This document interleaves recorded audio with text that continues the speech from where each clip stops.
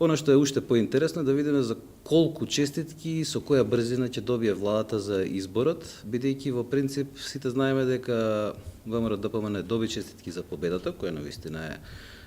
јасна, недвосмислена, легална и легитимна,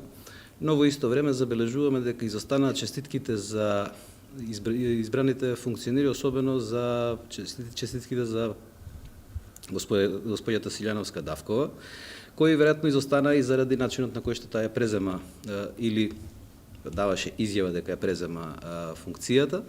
Од тие причини можеме да го поставиме прво прашањето дали ние имаме председател на Републиката кој што ја презема должноста или не, и тој проблем ќе се провлекува и натаму.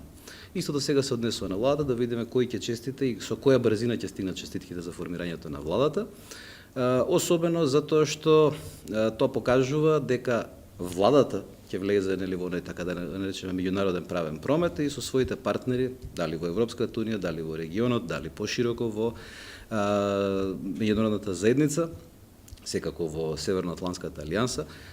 на каков начин, со која отвореност и со каков тип на соработа ќе ги остварува своите меѓународни комуникации.